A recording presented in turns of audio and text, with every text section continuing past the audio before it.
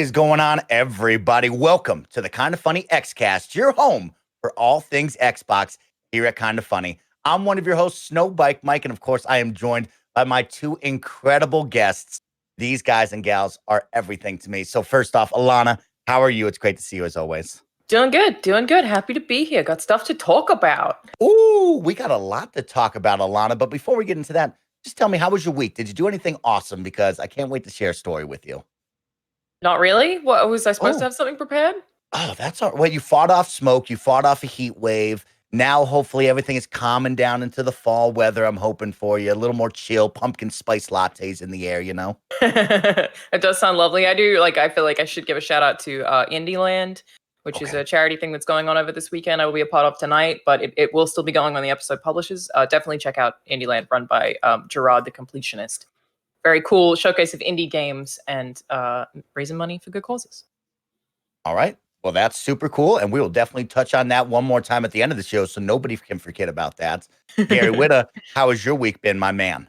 It's been good. If I'm being completely honest with you, I've been kind of, you have one of those weeks when you're just in like kind of a meh mood all week. Like you can never quite get out of neutral in terms of your mood. I know that's completely alien to you, Mike, because you're always same, like, Gary. Just kind of been like, I'm fine. Alanah gets it. She's picking up what I'm putting down. Mike is like, what? You mean you're feeling anything less than 100% positive? That's completely alien to SnowBike Mike. He just doesn't. That's a completely alien foreign concept to Mike. I can imagine the same person who can't say the word crap to feel like that. You know, I can't imagine it's true. No, I'm glad to be. I had a good day today. Actually, this morning I got to record some promotional stuff for a new Star Wars project that I contributed to that you'll be seeing more of very shortly. And now I'm here with you fine people, excited to talk about all things Xbox. Come on. People listening all around the globe. We got the two coolest co-hosts you could ever ask for, Alanah Pearce and Gary Whitta, doing cool stuff. And Alanah, I wanted to tell you a story because this week I hosted another Fall Mania brought to you by Red Bull and my good friend Grand Pooh Bear. And, you know, you got to tell us a little bit about your semi-pro Gears of War experiences. Well, you know what? We might have an esports player on our hand, Mr. Gary Whitta. Last night competed in Fall Mania 3, and he made it to the semifinals, Alanah. It was wild to watch. I did. I'm proud of you, Gary. I'm proud of you. What, any cool strats that you employed? I just tried to stay composed and concentrate on playing my game and not let the bright lights and the big production values of the show, because it really was impressive. I was watching some of the stream. It's like watching ESPN or something. I mean, it's very, very high production values. What Grand Pooh Bear and his team have put together is really amazing. And I got to say, once again, Mike is just the best in the business when it comes to this kind of thing. It is only a matter of time before ESPN or someone like that, some big esports organization, picks him up, because he always brings the energy, always brings the hype, the absolute best shoutcaster in the business. My hat is off to you, sir. As for my own performance, I mean, I went into it with my expectations set very low. I saw some of the people I was going in competing against, like esports professionals, speed runners, people who are like absolutely the top of their game. I just didn't want to get crushed. I thought, just don't embarrass yourself. And I did. I made it out of the semifinals. I lasted longer than the defending champion. Nice. And the group that I got knocked out of was pretty much the group of death. Like, it was one of the highest. So the people that I was in the semifinal with were some of the highest ranked competitors in the game. So I put up some good numbers, some good performances, and I walked away with my head held high and a free case of Red Bull. So I'm not complaining. That's the dream, Gary. There you go. I don't know if there's an esports career in the offing for me just yet, but I did. That was actually the first esports tournament that I've ever participated in, and it really was a lot of fun. I enjoyed it immensely. What those guys have created over there with Formania is really, really impressive, and I look forward to coming back and doing another one with them. Super cool. Yeah, and really cool to watch. Mike, when you get poached by someone, just tell them that you can't do Fridays. Yeah, Fridays never. Yep. Never. Fridays are lost off day. That's when I talk Xcast with the two coolest people. We just talk Xbox. We hang out. But get this, y'all. We got a lot to talk about. Gary Whitta said he was in a meh mood, which I'm over here like, that's A, impossible, and B, after this week, how can that be possible, Gary Whitta? But we'll talk about it, because this is the Kind of Funny Xcast each and every Saturday at 6 a.m. West Coast, Best Coast time on youtube.com/kindoffunnygames. We post to you live and on podcast services around the globe. So please like, share, subscribe, throw this to everybody you know. If they want to talk Xbox, if they're hyped up, about the Bethesda purchase, or if they're hyped up about their new Xbox Series X and/or S, like, yo, you should listen to the Xcast because they got Alanah Pearce, Gary Whitta, Barrett Courtney, and the hype master himself, SnowBikeMike, bringing you the energy. So make sure to check that out. Kind of funny Xbox weekends continue this week as Greg Miller continues to go through his first ever playthrough of Halo Combat Evolved. That will be posted to YouTube on Sunday. Enough with the housekeeping news. I'm excited to talk about Xbox, and I'm sure all of our best friends are as well. So let's talk about this week. Pre-orders went live on Tuesday. Gary, Alanah, we gave all of our tips. We gave all of our expertise to everybody out there. Let's go around the horn. How was everybody's experiences? What did we think of the Xbox Series X and S pre-order? Alanah, I'll kick it to you. How was your pre-order experience? I didn't. So quite peaceful. Had a great time. No, I mean, I have always been a little bit picky about pre-orders. In this case, I will be getting a preview unit from Microsoft, which obviously as soon as I get my hands on that, should be next week, I will talk about to death on this show. And that is obviously just a tremendous, ridiculous privilege. But I, in any case, often won't pre-order the night that they drop. And I don't really know why I do that. I tend to wait closer to release, and I feel like it's less of a scramble, and I've still always managed to get one. I don't know what the circumstance would have been, though, but no, that I managed to bypass all of it. So it was mostly like trying to help friends. I did have a couple of different instances where I was trying to help a friend particularly, and Target was the go-to that I was attempting, and I just kept getting this weird cart error. wasn't working as smoothly as I'm sure they hoped. Yeah, that was weird over at Target, Alanah. I'm sure you can share the experience like me. I had it at Target, and it would not let me put it into the cart, right? You would click on it over and over again. And it was like, hey, this is a pre-order. They were saying some weird beta or some weird wording there. And I was like, I don't know what's happening. Just put it in the cart so I can click on it. But I think it was just so many people jamming the click button For there. sure. Or it was down. saying that that you had too many in your cart already, even if you had none. I saw Jeff Keighley tweet about that. It would be like, you have more than the allowed allocation in your cart right now, but he had 0 in his cart. So I don't know. Target just had checkout issues, I suppose. But I know across the board, it seems like everyone had problems. I don't know that any of these websites were smooth. Okay. Gary Whitta, on your side, what did you think, my man? Well, I was down there with the huddled masses, Mike, fighting for my pre-order. 7:55 a.m. I was in front of my computer. I tried to do everything right. I tried to take my own advice we imparted on the show last week. I was logged into the Microsoft Store, the Amazon Store, and Target, because those just felt like the 3 best bets to me. Microsoft and Amazon, because I kind of felt like they probably would have the most allocation and the best internet backbone. Like those companies felt like the least likely to go down in terms of all the traffic hitting them at 8 a.m. And Target, because I have the red card, and I save $25 if I can order it over there. And yeah, for the first 20, 30 minutes were extremely frustrating. Like each different site had a fascinating different way to fail me and annoy me. The Microsoft Store just went down. Yeah. The Amazon page started showing me pictures of dogs, which I guess is like, sorry, here's a dog. That's but how about this cute dog though? It's like, okay, well, yeah, sure, dogs are great, but like that's not what I came here for. And then Target was like a whole, as Alanah said, was a whole mess. Penny Arcade actually did a really fun cartoon about it this week, a strip about it that kind of imagined what that process would be like if you actually went to a Target. Like, so he goes to the shelf, gets the Xbox, brings it to the register, but she's like, it's not in your cart. He's like, wait, where'd it go? I just had it here a second ago, but now it's not in my cart. Goes back and gets another one. Sorry, now you've got too many. You can't check out now either. And then I guess what happens after that, the cashier just explodes or something. I don't know. Either way, you ain't walking out of there with an Xbox. So it was an exercise in frustration. Long story short, after a lot of hammering on the refresh button, people said to me like all week, like, did you get an Xbox? I'm like, I don't know. I'll tell you if I have an Xbox if and when the UPS truck shows up. Until then, I don't count any chickens. I have a confirmation number, but we all know a confirmation number is only a confirmation number until it's not. Until you get that email from Amazon saying, oh, sorry, you're not actually going to get it. Because we've seen that happen as well.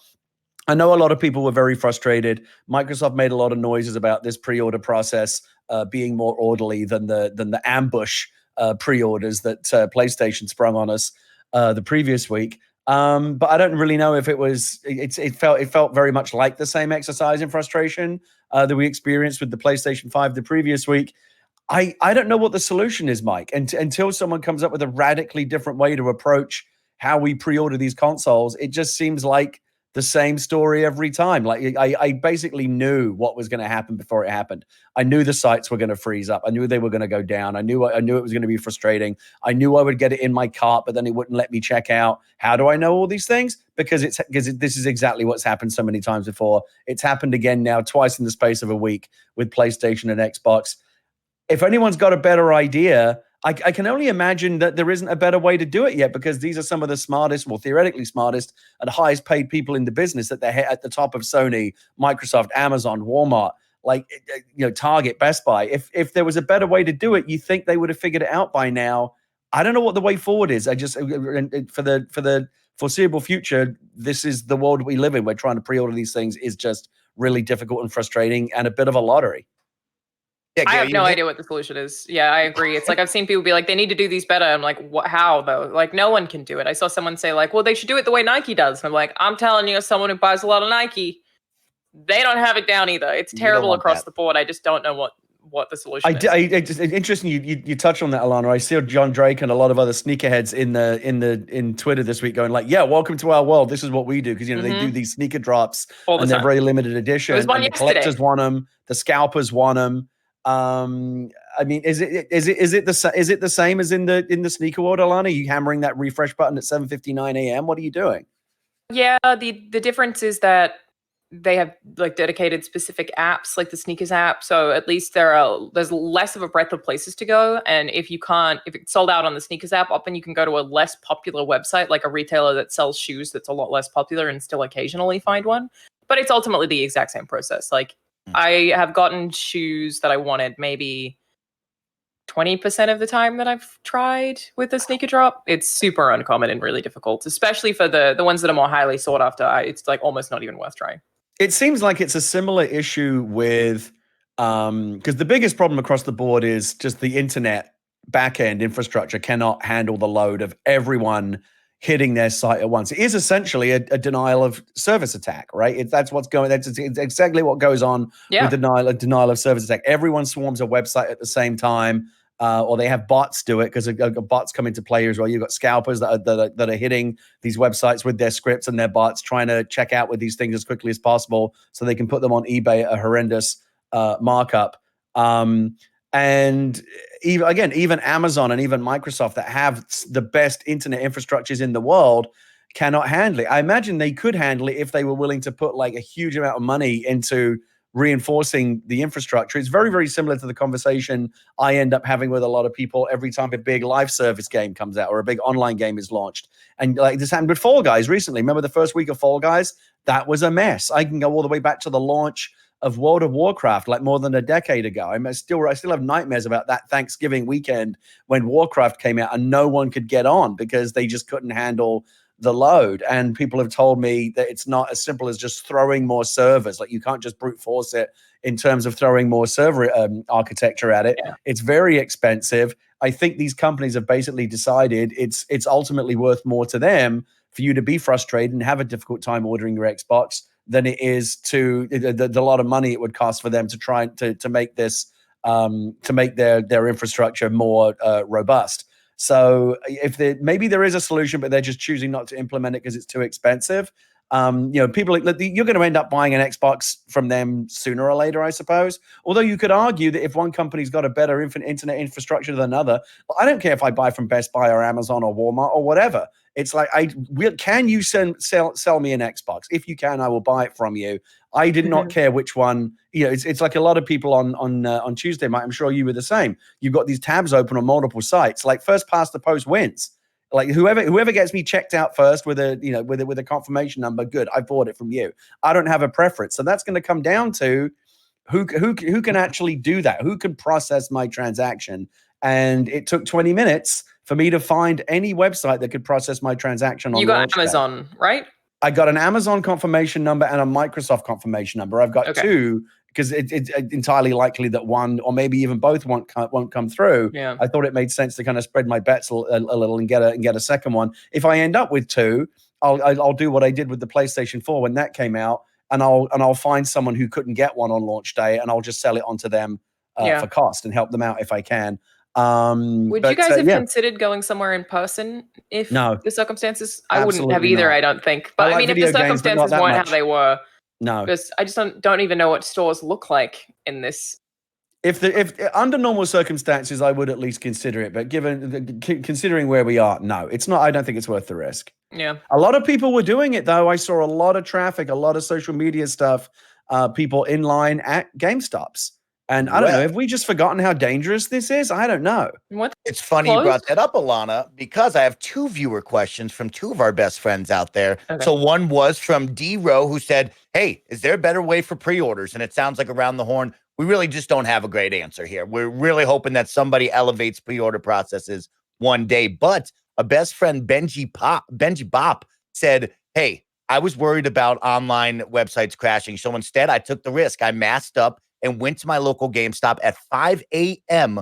to wait for 6 hours. I was the second person there, and a group of us waited in cars until 7 a.m. Then all got out, formed a socially distanced line. It was a good bunch. We all talked Xbox and even some Sony and Nintendo. I found it interesting that 2 of the people in line were there because they missed out on the PS5 last week, but wanted in on the next gen day one. So they switched over and waited in line with me.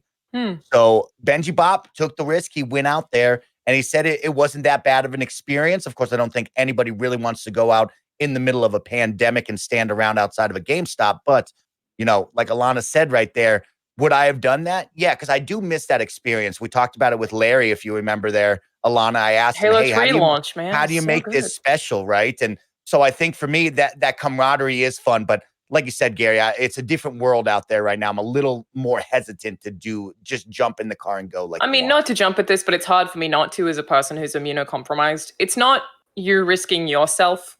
It's you catching it and then spreading it to people like me or the elderly or the sick. So it's awesome that person had a positive experience, but generally if you have to gather in a crowd, I've got the cloud on the mind, obviously.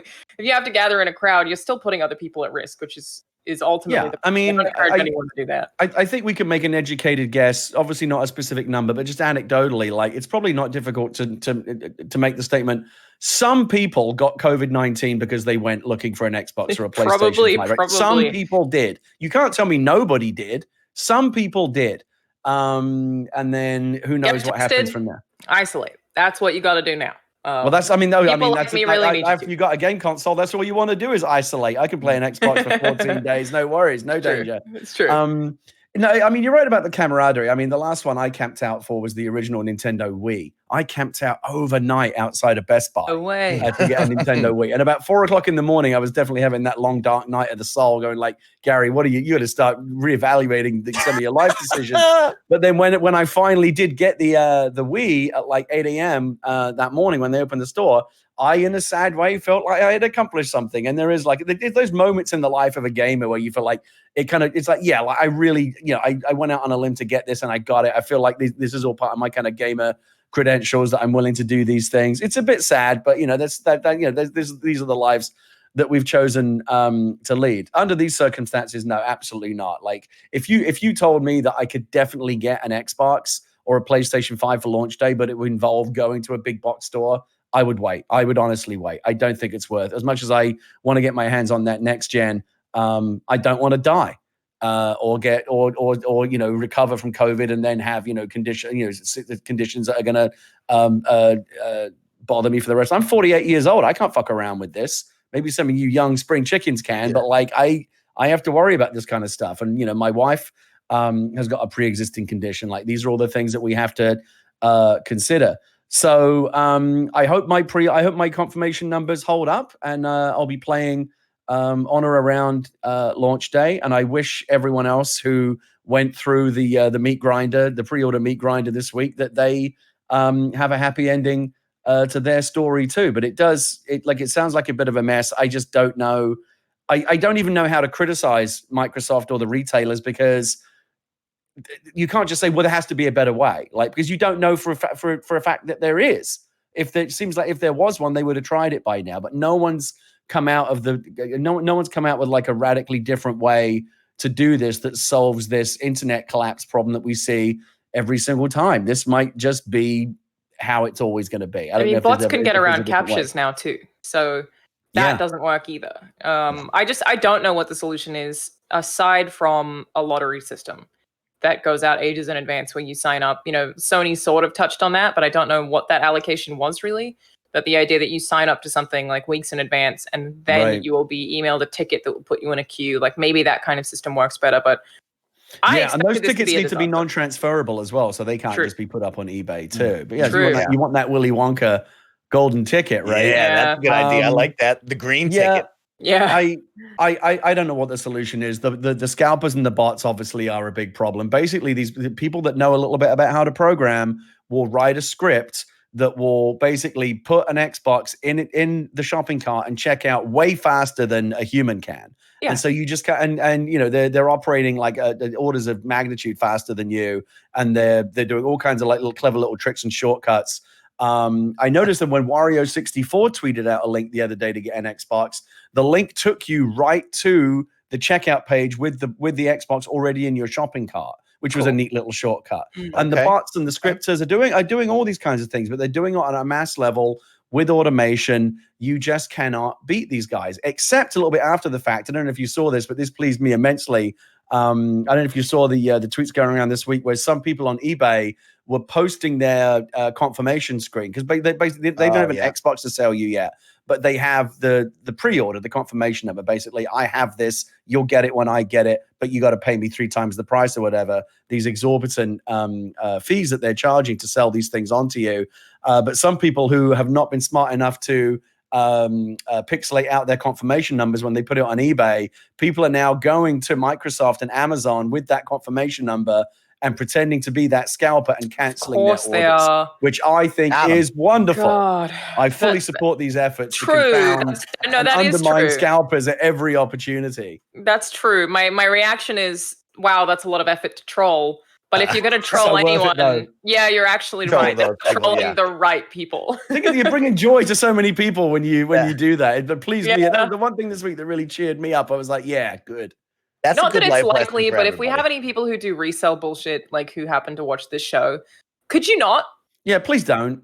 It's so awful. Like it's so unfair for a lot of people. You're just being greedy. There are people out there that would really just genuinely like to have an Xbox or a PlayStation. They don't want to be held over the barrel for it. It's just low down and dirty behavior. You're better than that. I mean, maybe you're not. Maybe you're not better than that. That's why you're doing it. But try to be better.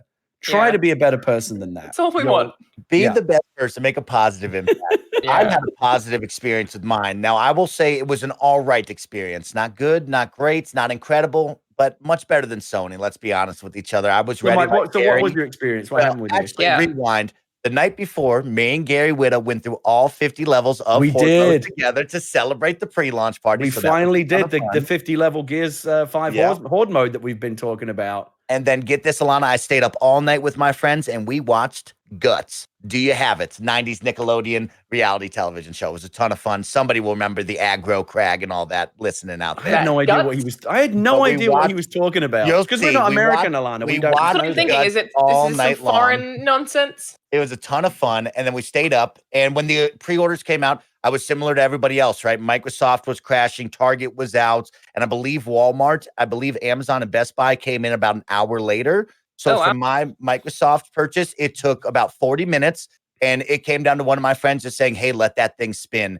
And I let the thing spin and spin. And at about 8:40, I had my confirmation from Microsoft that I had purchased my Xbox Series X. And all of a sudden, Wario tweeted out that Amazon had finally gone live, 50 minutes later at about 9 o'clock. And so we were able to get over there really quick. But yeah, that guy, he's pretty wild with those affiliate links, right? Yeah. Those got to be at. I mean, I know Wario64, if anyone's not heard of him, great person to follow. He basically will tweet like deals that he seems to find before anyone else does, occasionally leaks. And obviously this like Amazon link, he's just very on top of stuff. And I know that people in games media have tried to hire him. Oh, like it's been a conversation that has happened, but it ultimately couldn't work because he functions too independently, I guess. Like it was like there was some something kind about of inside track. Somebody should figure out, like, interview and figure out like what is the inside scoop that he's getting, because he's always the first to the to social media with these deals. I mean, yeah. Oh my god! I think when I followed him, he only had like maybe 50,000 followers, Like maybe even less. He's now, 300,000 now. Yeah. That's crazy. But Very popular. I'm convinced he hasn't been hired because he's not a real person. I'm still on that he's train. a robot. He's just an He's like a Amazon. hyper intelligent AI. That would explain a lot. It would. Yeah. If he is a bot, that would explain a lot. I have seen like a few videos. I think someone had a developer do it. I think he had one that was his pinned comment, and then one that like surfaced on Reddit where it's people being like, "Show your face, Wario. Who are you?" Yeah, super interesting person to follow. But sorry to derail you there, Mike. It does seem like Amazon was the one that people had most success with. And I did want to mention, I tweeted a poll. Obviously, this is very anecdotal. I think I got about 30,000 responses. It's only people who are following me. But majority of people, the question I asked, was, did you get the next-gen console that you wanted? And my answers were yes, no, I got one, but wanted both. And then I just had people fill out. Majority of people said yes. So most people on this one poll, again, very anecdotal, not a good study. And I was surprised to see it. Most people did manage to pre-order whatever it was that they wanted. Whereas just like from the chaos of it, I would have expected it to be no. But it seems like it actually worked out okay. It was just painful to actually get to that point. And I mean, yeah, it sounds like the people that didn't get one were the ones that went through the initial 5 minutes, either couldn't get through, were frustrated, saw that they had, by the time you do get through, it's sold out. But what's interesting is that they keep coming back in and out of stock. Like Target will say it's out of stock, but then 5 minutes later they'll be back in. Like, and maybe it's coming in waves, or again, I have no idea what's happening. Sorry, Alanah? If I had to pre-order it, that's what I tend to look out for. I don't know why I do it this way with consoles or tech.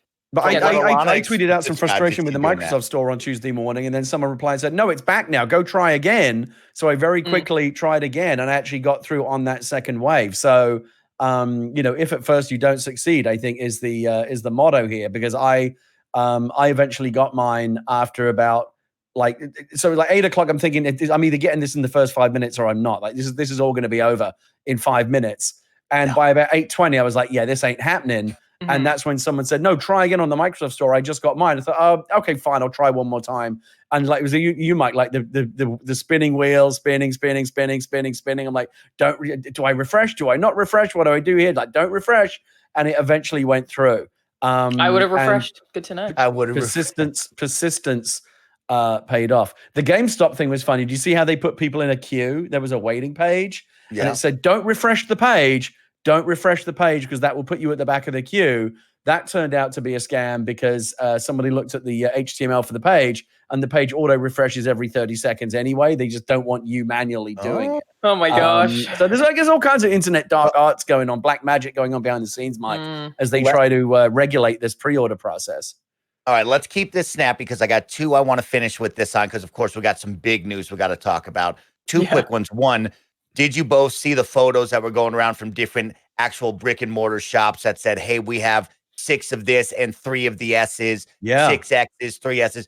Do we think that this may be as similar to the PlayStation disc list where it's very limited quantities of this smaller box? Or do you think we're going to see some numbers come out later that will be pretty even across the board? What do you guys think?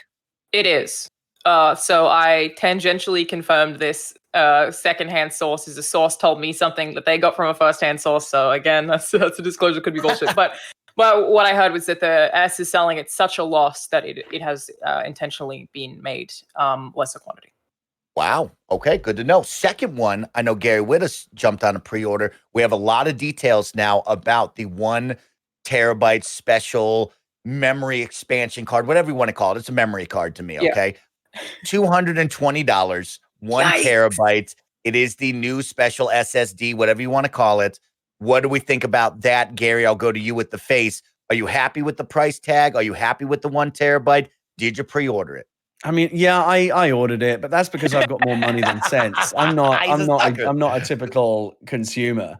And I don't know if it's for everyone, but I definitely want that convenience. I'm thinking in for a penny, in for a pound. Let's go into this next gen experience like fully loaded. Let's not leave anything on the table. I also ordered 2 extra controllers. I got the white one and the blue one just because I want to have the full gamut of the Xbox Series X experience. I don't want to be juggling hard drive space. The little 1 terabyte thing is this cute little dongle, right? It looks like some kind of proprietary slot on the back. I don't think it's just like USB. It's like a special slot. I believe it's all proprietary. Yeah, they have a special expansion slot. $220 for a terabyte is not that far out of whack for considering memory prices these days. It's still a lot of money though. You can definitely get memory for cheaper than that. I think they are, putting a little bit of an Xbox tax on you. The thing that's really interesting to me is they say that this is compatible with both Series S and Series X.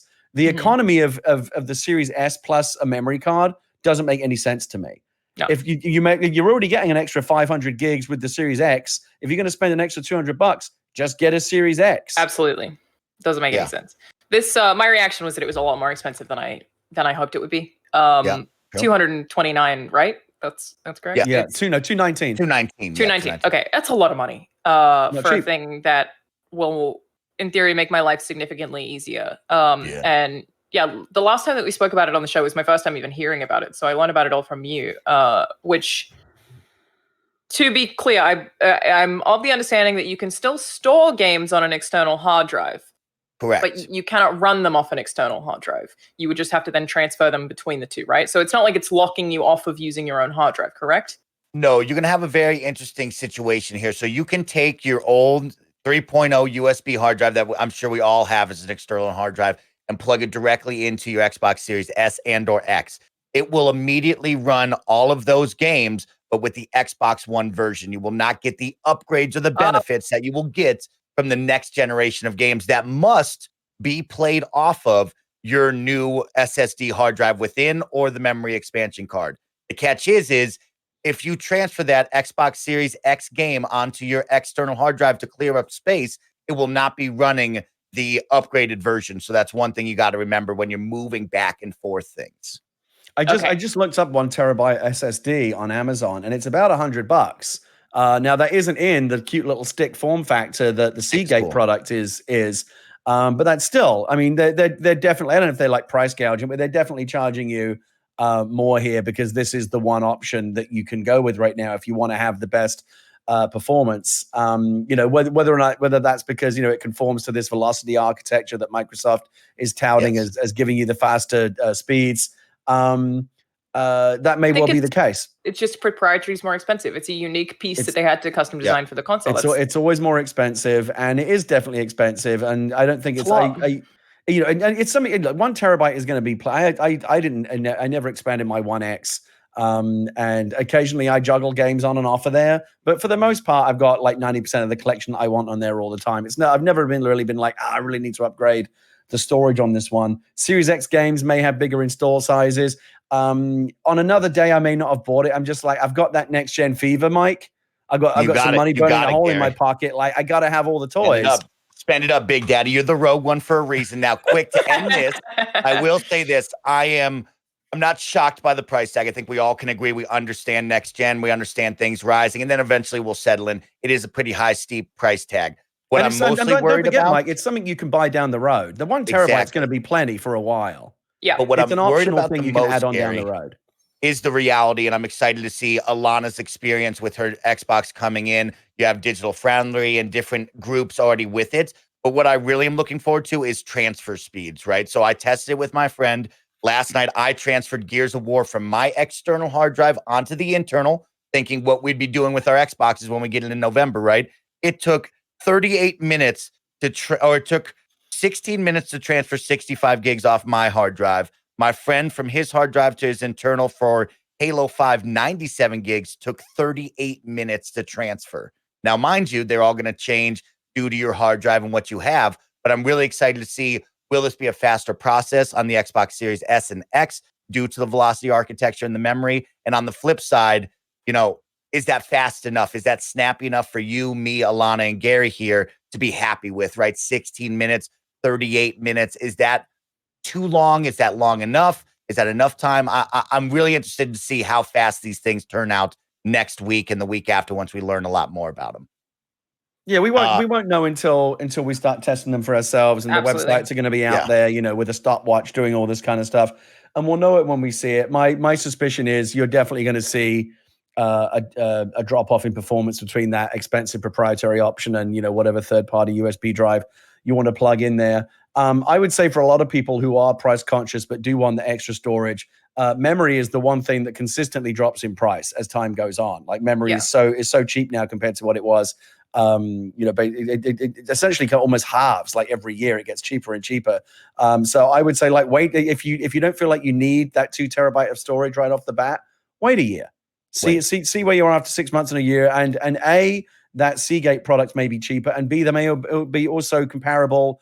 Or the market may have opened up, and there may be different options on the market. I'm hoping that that Microsoft will license out the Velocity, authentication or whatever it is that needs to be kind of considered a top tier product, like the Seagate one is, out to other companies as well, so we can start getting a bit competitive with, who's offering what storage and what speeds at what price and stuff like that, and there'll be a bit more consumer choice. Right now, if you do want to expand your Series S or your Series X in a way where you're not going to see any kind of drop off between the internal and the external storage, you got to pay through the nose a little bit. But again, that's the early adopter tax that we always pay. I think for 95% of people out there, they'll be happy to wait and see what happens in the market in terms of the pricing and the options. That's me. I felt like I couldn't do it. For $100, I was willing to do it. For $219, for a lot of people, it doesn't sound like that much. I ain't got Star Wars money, Gary. I was like, $219 is for something that I don't necessarily need is just too much. And I didn't feel like I could. But that's exactly my mindset. Is I can probably wait. Like I can wait to see what happens. Yeah, and I think in a year, that $99 option that you just talked about probably will be a real thing. Hope so. It will be. Now, here's one thing we don't have to wait for. It happened Monday, right before pre-orders. It is the most hype Xbox news of the week, maybe of the year. This is one of the coolest things ever. Let's break it down. You guys ready? Y'all know what I'm already going to say. I got to say, now. Mike, when I first saw this news, my first thought was, has anyone checked on SnowBikeMike? Has he had a heart attack? So I broke it down just pretty quick like this. Here's the deal. What just happened? Microsoft has acquired ZeniMax Media for $7.5 billion. That's Star Wars money like Gary Whitta's got. ZeniMax Media is the parent company of Bethesda Softworks. Many of you probably know that name, which means 8 new super talented game studios join the Xbox Game Studio roster. Bethesda Games, id Software, ZeniMax Online Studios, Arcane, Machine Games, Tango Gameworks, Alpha Dog, and Roadhouse Studios. Alanah, Gary, I love Bethesda so much. And to hear this news on Monday was world shaking. Alanah, what did you think of this? Unexpected. My immediate reaction was $7.4 billion. Oh my God. It's so much money. And then, of course, I jumped straight into what does this mean for exclusivity for Bethesda games? Actually, I'll say step one, Game Pass. Amazing. Love to see AAA titles on Game Pass. And that one particularly like hit home for me because I didn't play Fallout 3 on launch because I couldn't afford it. And that's the thing that like, it's just so cool knowing that people don't have to worry about that stuff anymore. It's amazing for accessibility. That just are the more games we have on Game Pass day one, the better. It's great. But then, this one is particularly interesting to me. With every other studio acquisition where Microsoft is concerned, I've not had a question about exclusivity. Like, I've been like, sure, Double Fine games can be exclusive. Ninja Theory games can be exclusive. Like, all of that, I've not questioned it.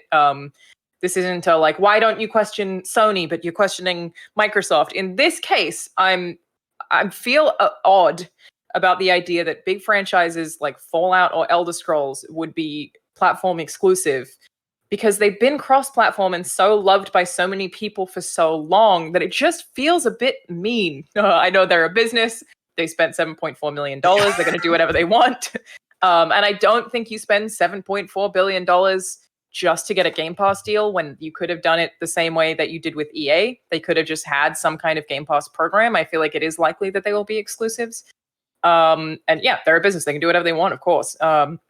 It could help with the quality of Bethesda games, in theory, if they have a different parent company kind of keeping an eye on that stuff. But I do get a little, I don't know, I just feel sad for people in a weird way if they could get locked out of Elder Scrolls because they're not on the right system, because they can't necessarily afford it when that's something that's been cross-platform since the beginning of time, really.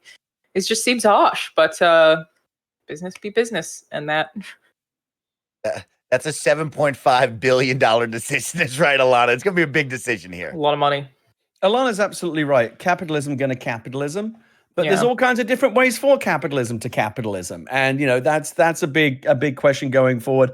I have seen so many YouTube videos in my recommendations this week, and they're all the same kind of thing. It's always the same crowd. It's some white guy with a beard, some internet prognosticator with a YouTube thumbnail that says, revealed the truth, the real reason why Microsoft bought ZeniMax. And he's doing this, and there's like red arrows pointing at shit and all the clickbaity things that they do to teach you to get people to click on your bullshit video. Say Greg Miller. I guarantee you these people don't know shit. They know nothing. The only thing they know how to do is to get you to click on their bullshit video where they're going to tell you precisely nothing or make up a bunch of shit because nobody knows anything. If you're not Phil Spencer or Satya Nadella, you don't know what's going on right now.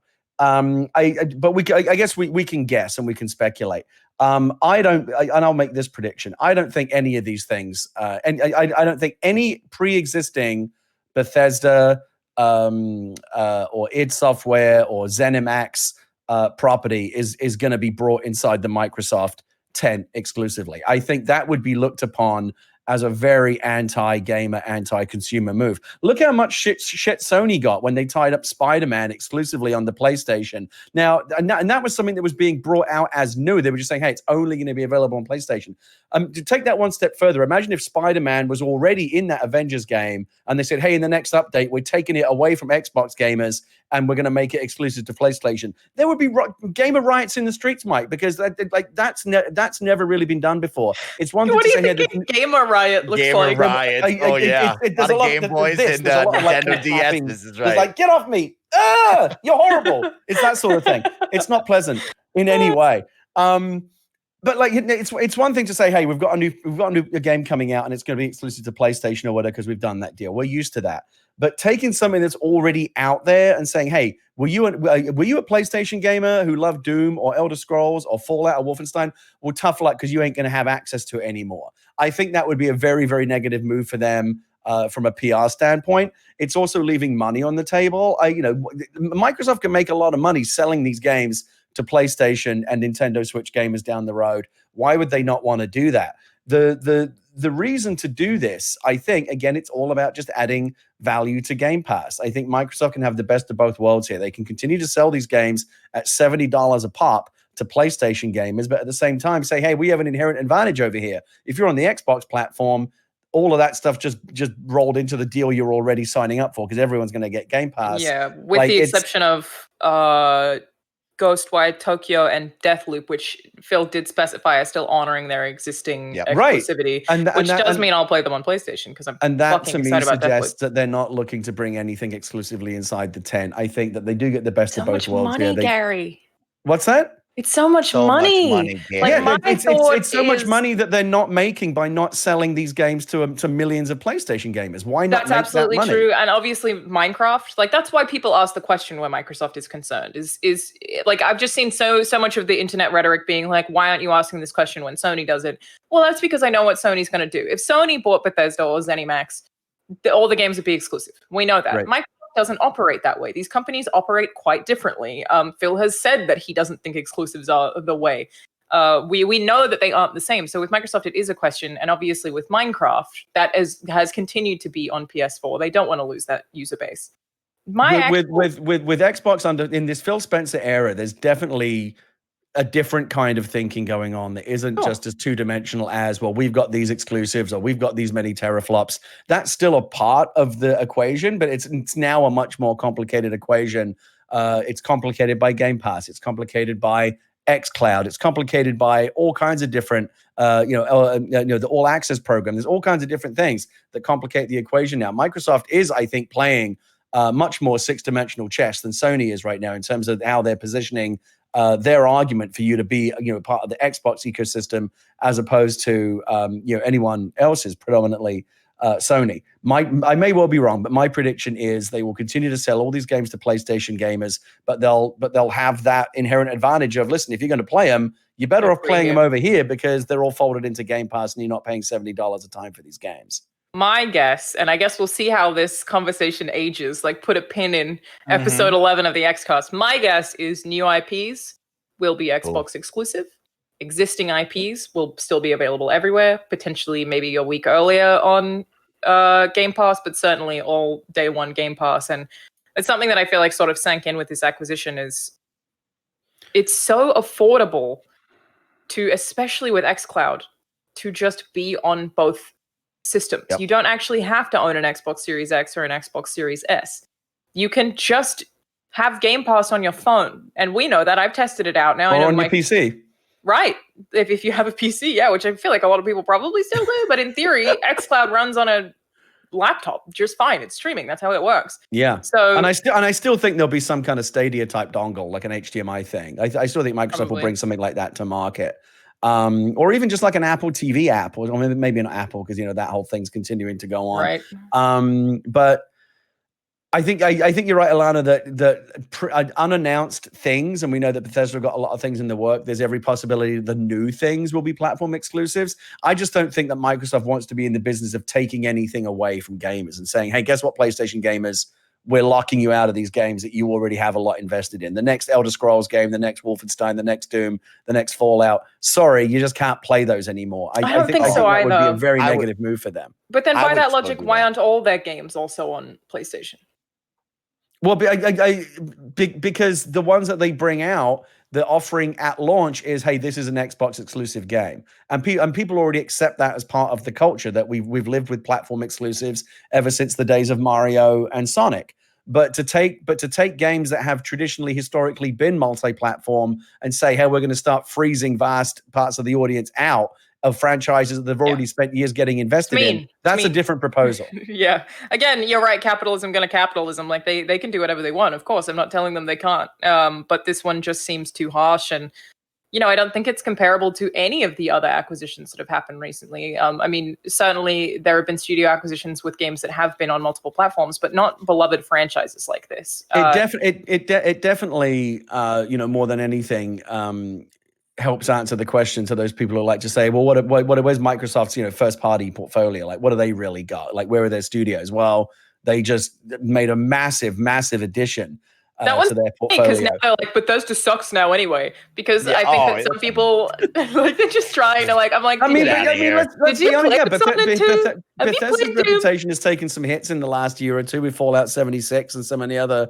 Which is really just Bethesda Studios, though. That's such a small part of it. Right, and it is part of a bigger portfolio. I do think as well that you might see some incremental things, like for example, let's say whatever the next Elder Scrolls, the Skyrim sequel is, whatever that is, that's going to come out on all platforms. This is my prediction. It will come out on PlayStation, but it'll be rolled into Game Pass, so it's a better value there right away. And there may be some timed DLC and things like they do this on Black Ops all the time, right? Call of Duty.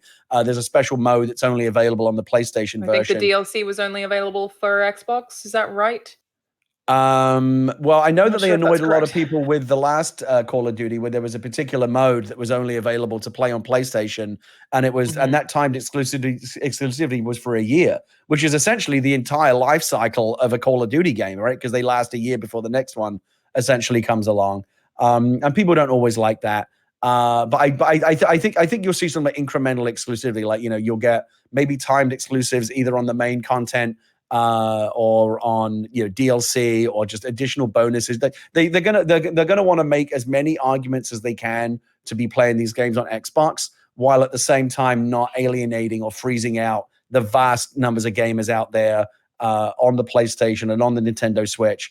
There's a lot of money to be made selling those games to those gamers. Minecraft's a great example. That was a game that was available to everybody. Microsoft bought it for a lot of money, lot less money than ZeniMax, but still for a lot of money. Yeah. And they didn't bring it inside the Microsoft tent. If anything, they made it more accessible to people because they knew that it was such a beloved game and people love playing it on every format. And there's a lot of money to be made continuing to service those people. It's a very simple equation. Is there more money to be made selling this to everyone or making it exclusive to Microsoft? How do they recoup that $7.4 billion, which for the record, because I think we haven't mentioned it, is more money than it cost Disney to buy Star Wars? No, they didn't. Whoa.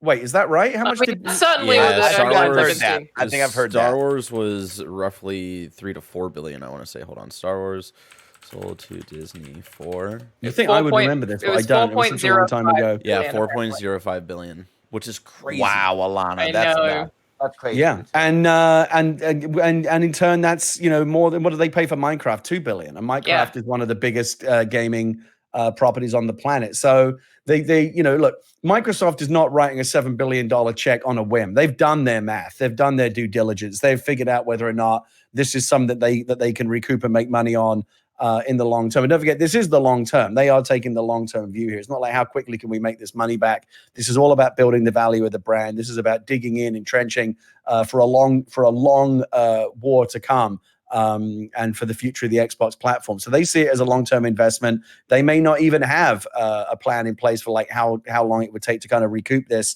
but they're seeing this as an investment in the future of Game Pass and Xbox. But yeah, like they didn't just walk blindly into making this deal. I'm sure there's like a binder this thick of like all the diligence they did on exactly what they're getting for their money, what their plan is to then turn that into profit. We're not privy to any of that, but I trust Phil and the people at Microsoft that they made this deal, confident that it's going to earn out for them in the long run. Yeah, it's so cool to think about it.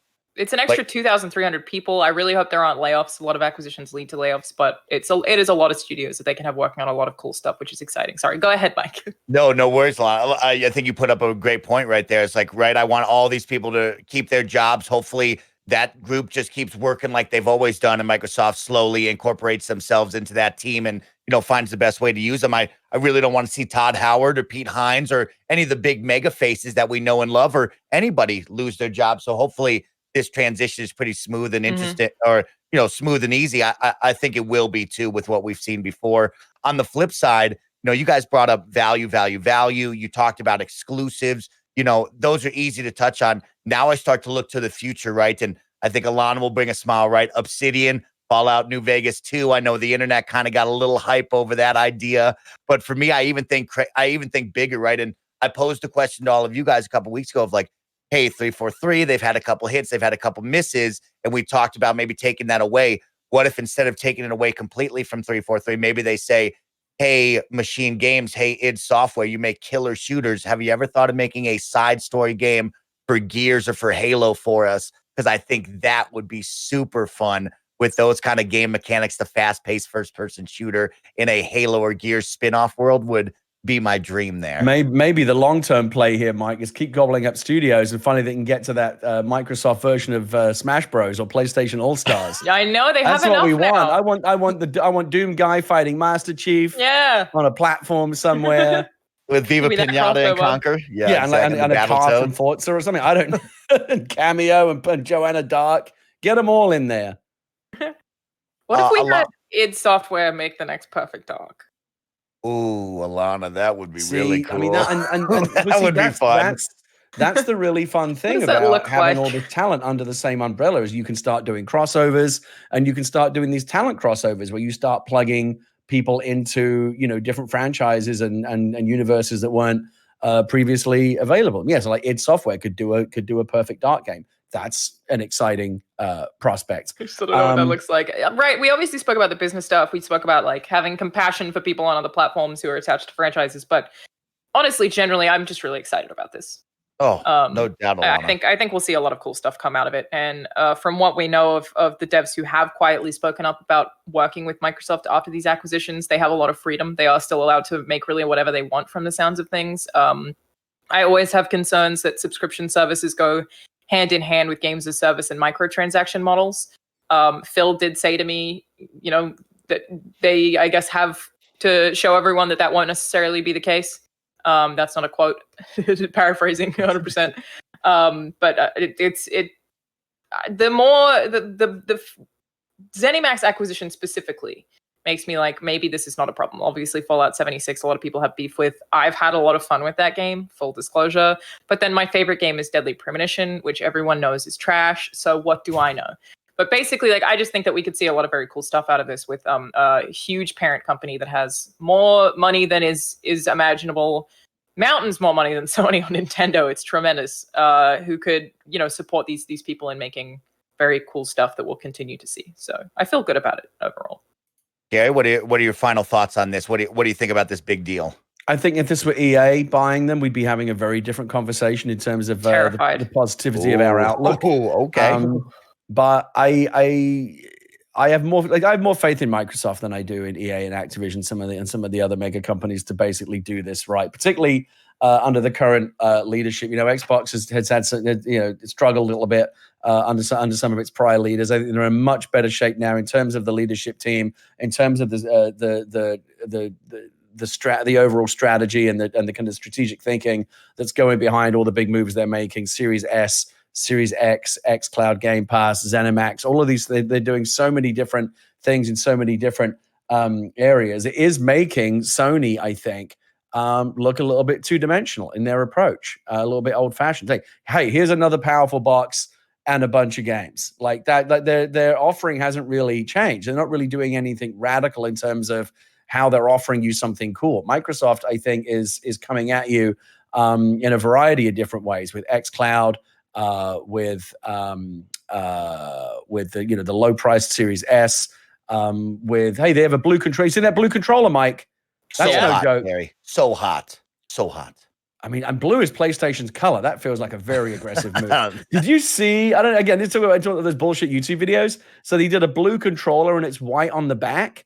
And that colorway got a lot of people saying that this is like Microsoft dropping hints that they're going to buy Sega. Did you see this? This is the latest. Oh yes, that was say that they were headed into Tokyo Game Show. I think they said that they were not doing that. I feel that like would be again. That would, but again, if they did at this point though, if that drops this afternoon, that would be a big story. But like you probably wouldn't be totally shamed. Yeah, this tracks with the other moves that they have been making. Why not? I think at this point, 2020 of course is the year of nothing can surprise us anymore. Don't say that, Gary. Don't say that. There's a lot going on. We got. That's true. There's a lot. I have a feeling the next 2 months are going to be the longest months of our lives.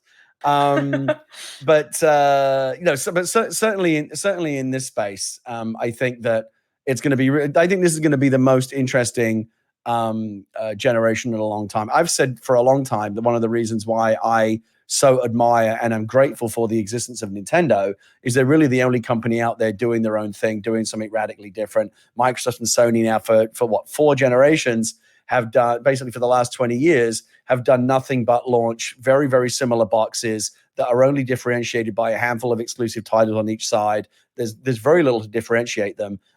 This year, I think that's no longer the case. Both externally, the 2 boxes aesthetically, in terms of their hardware, have never looked more different. And in terms of the offering, I think if somebody said to me, "Hey, like a year ago, should I get a PlayStation 4 or an Xbox One?" I would have said, "There's really not much in it. Like, do you like Halo or do you like Uncharted?" That there's not a huge. They all basically do the same thing.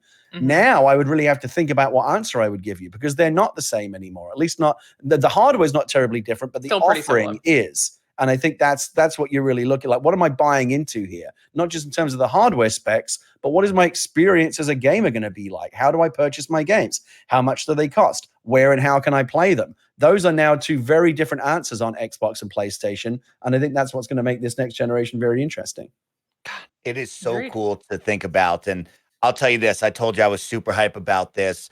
As an Xbox gamer, I cheer about this, right? We head into the next generation with a lot of momentum, a lot of cool features, a lot of awesome services, and gosh darn it, a lot of cool games heading in. So I'm really excited. And if you're a gamer, no matter who you are, you should be excited as well, right? The Game Pass offering continues to drive value, just like Alanah Pearce said. And now with your favorite Bethesda titles in Game Pass, you don't have to spend that $60 anymore over on PlayStation or wherever you play. You can just go get Game Pass. So it is a big deal. I'm excited to see where we draw the line on exclusives. Alanah brought up, this is business, right? You could go either way.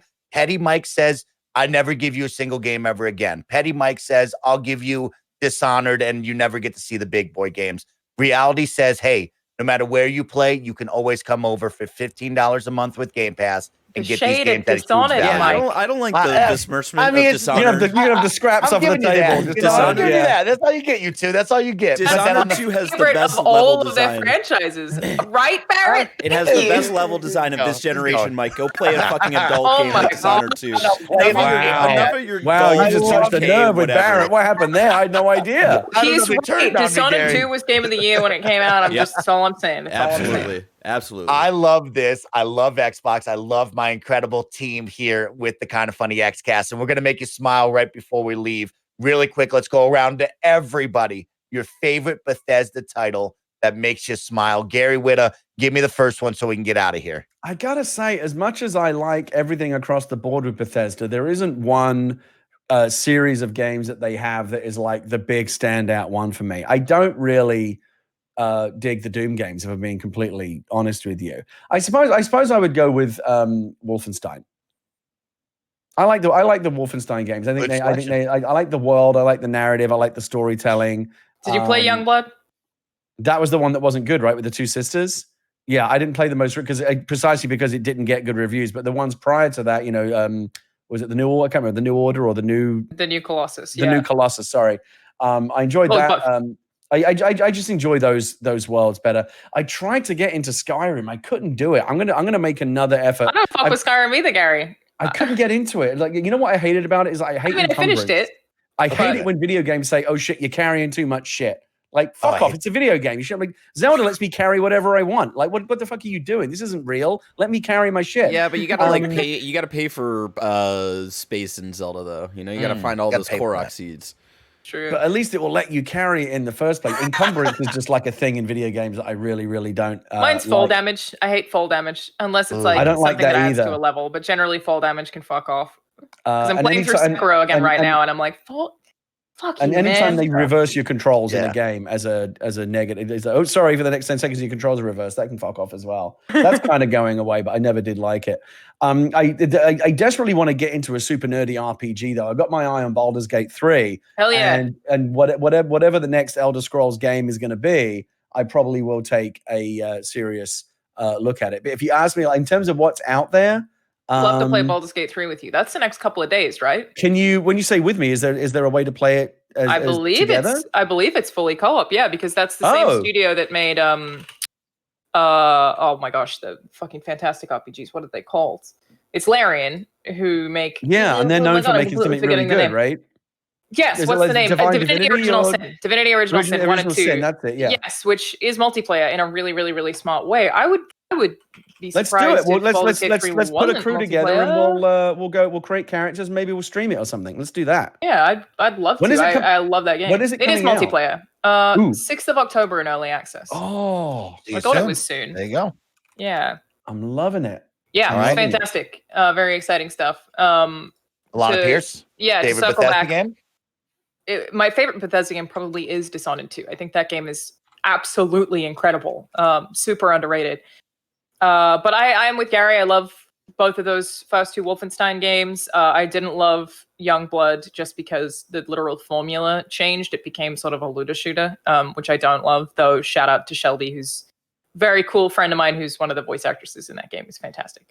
She rules. But I also love Doom, and I've always loved Fallout. So I think the reason that I never got into Elder Scrolls is probably because I loved Morrowind and then didn't play any for ages. And then I did play Wasteland originally. I played the original Fallouts, and then I went to Fallout 3. Obviously played New Vegas as well. I feel like I've always been more of a Fallout person than I have been an Elder Scrolls person. And I don't know if that's a consistent thing. I feel like most people are probably one or the other.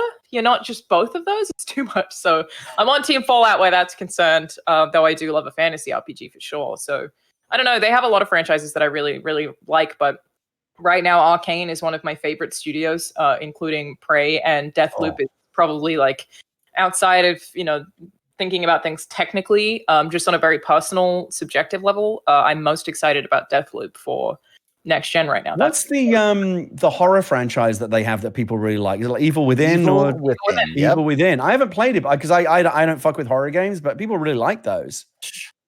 I like the second one. I have some bones to pick with Evil Within because I think the level design is too obvious, which I recognize is an issue of someone who plays too many video games.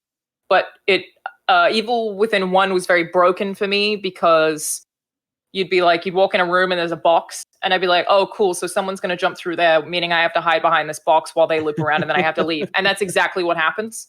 And I had that over and over and over again with the first Evil Within. Even Within 2, not so much. It did get a bit weirder. But the level design in that first game, I was like, I know 100% what's going to happen when I walk in this room, which ruins a bit of the fear factor for it. But again, I think that happens when, my job is to play video games all day, every day. I just went to the Evil Within 2 Steam page and looked at a couple of screenshots and immediately noped out and just like, I'm done. Like, the screenshots, I can't do I cannot do horror games. I hate being chased, and you certainly get chased in Evil Within 2. It's not my cup of tea. Yeah. I can't do it. Baldur's Gate 3 though, I didn't realize it's just around the corner. We got to get on that. Close. I'm excited. Yeah, pumped up. Larian's incredible. Love this stuff. And obviously this one is a tie-in with all right. I'll reach out to you nearer the time and we'll figure that out because I would love to play online with someone. That's great. Yeah. Let's go to our producer quickly. Barrett Courtney, favorite Bethesda game, go. I think we know. Dishonored 2 far and away. Yeah. I'm very love it. I'm also very excited for Deathloop. I'm also just personally excited for Arcane Studios with this future of Microsoft, just because their last few games, I don't think Bethesda knows how to sell Arcane games, and that's why I don't think Dishonored 2 really got the attention it deserved, and obviously Prey had some weird kind of issues as well with getting that game out there and getting it in front of people. But that Prey DLC is fantastic and almost nobody's played it. And so cool. Obviously Deathloop seems like the most exciting and eye-catching kind of game that they've made so far in their lineup. So I hope that puts them on the map, and I hope Microsoft starts to look at them and say okay, you guys make something really special here. How do we sell you? Because I don't think Bethesda's done a good job at it. So I'm just excited for them in general. Good insights right there. I will round us out right now. Alanah brought up Fallout. Gary brought up Doom, Wolfenstein. Everybody has come together on all these games, and they are universally loved. And for me, I love them all. I will always be an Elder Scrolls guy, from Morrowind on the OG Xbox to Oblivion. I still have all the strategy guides. And of course, 11-11-11. You will never forget the day Skyrim dropped. You will never forget the intro. I have played that intro about 1 million times. Prisoner, you awoken now, or whatever he said to me. It's so much fun. I'll never forget.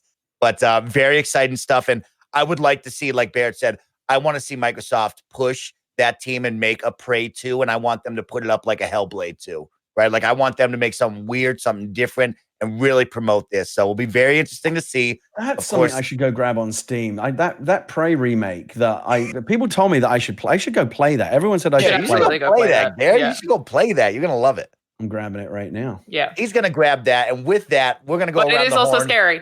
Oh, is it? Okay. All right. No, he'll be fine. He'll be fine. Let's watch. Wow, you can get a Prey and a Dishonored 2 bundle on Steam right now. What a value. Prey fucks with you mentally, Gary. I'm just going to warn you right now. What did you say? It's going to fuck with you mentally. And life doesn't? Trust me, I'm good. I can take whatever that game can throw at me. Alanah Pearce, where can everybody find you, and what cool stuff are you doing before we leave? I'm at Charizard everywhere. It's my name in the middle of Charizard. Very excited. My personal YouTube channel, which really is just a thing I do as a hobby and a fun creative outlet, is getting very close to 500,000 subscribers, which has been just something I never thought would have happened on that channel, where I'm just very genuine and my camera quality is terrible, but I just make stuff I want to talk about. So that's been very exciting. But more importantly, as I mentioned, Indie Land is currently happening. Let me get the exact What's Indie Land? For you guys. It is, I think actually I have all the info here on Discord. Indie Land is basically an ongoing, it happens every single year. The completionist Gerard plans this full show where they show off a bunch of cool indie games.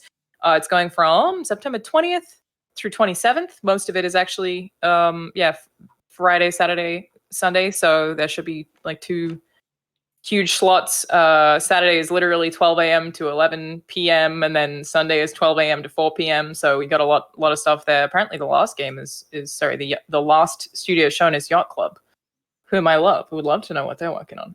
But it's raising money for charity while also showing you a bunch of cool indie games. So definitely check out Indie Land. I believe it'll be on the front page of Twitch. It usually is. But yeah, very, very cool thing to be a part of. It is on twitch.tv/thecompletionist. And is ongoing right now because it is 24 hours and gets pretty crazy. So definitely want to give a shout out to Indie Land for sure. Heck yeah, Alanah. Gary, where can everybody find you? What cool stuff are you doing? And let's get out of here, my guy. At Gary Whitta on Twitter, twitch.tv/Gary Whitta. Talk Guys, the Four Guys Talk Show is continuing. We've got the wonderful Trisha Hirschberger will be joining us as our guest. Do you know Trisha, so cool. Alanah? She's great. Yeah, I love Trisha. Yeah. She's one of my favorite people too. She's still searching for that elusive first crown on Fall Guys, and we have gotten our guests their first crown on the show in the past. We got Amy Okuda, her first crown live on the show, and we're going to endeavor to get one for Trisha. And Mike, just bringing it back around, I just recently found out that I have been invited back for the next Fall Mania, and so you and I, sir, will be meeting on the field of battle, and you'll be getting to play-by-play some of my Fall Guys fails in a competitive scenario again very soon. Thank you, Grand Pooh Bear, for inviting me back. I'm very honored to be a part of a really amazing tournament. That's so awesome. Well, thank you for partaking. And of course, thank you to Alanah, Gary, and Barrett for being here. On behalf of myself, the Kind of Funny team, and all the best friends around the globe, thank you so much for tuning in to episode 11 of the Kind of Funny Xcast. We will be back next week. Enjoy your Kind of Funny Xbox weekend. I hope you got your pre-order. I hope you're pumped up about Bethesda. And of course, share all that hype in the comments below. See ya.